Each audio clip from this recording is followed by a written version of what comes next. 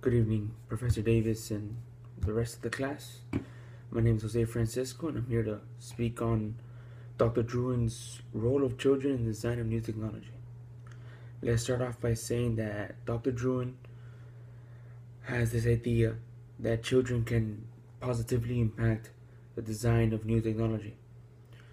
She starts off by describing how children are like, in her view, that children have their own likes, dislikes, needs, and curiosities. They're very different compared to adults.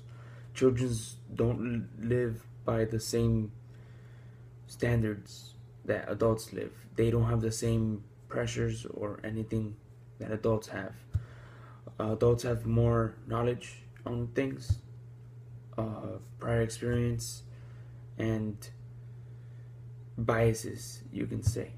Okay? So Dr. Druin states that there's four main roles that can play in the design of the process. The four roles that children play are the user, the tester, the informant, and then the design partner.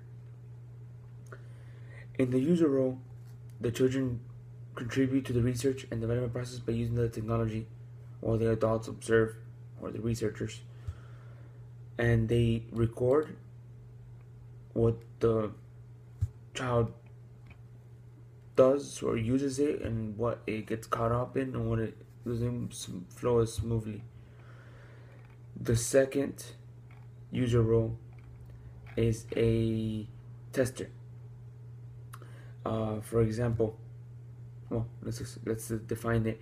The tester is they're given a prototype and the child plays with it or uses it, and they see how the design is manipulated by the tester, being the child.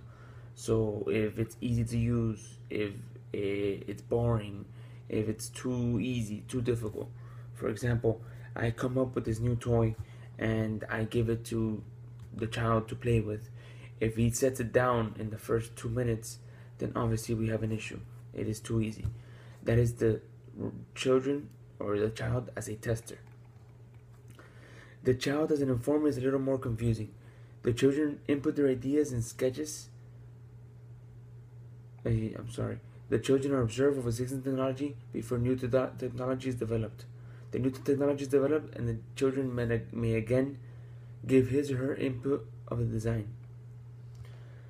That's a little more complicated to say, but for example, the child is asked for more input. It's more extensive interaction and has a partial say on the final design. It's an informing design. Okay? The last and the most, in my opinion, effective role a child can play in the design is the role of a design partner. It is similar to an informant, except this role includes the children as a part of the research and design process entirely. They're there from the very beginning, from the very first white piece of paper that is put on the table, to the very end of the product. The challenges that arise from this is that it takes a lot more time. Okay, more time is needed to work with the partners, with children throughout the process.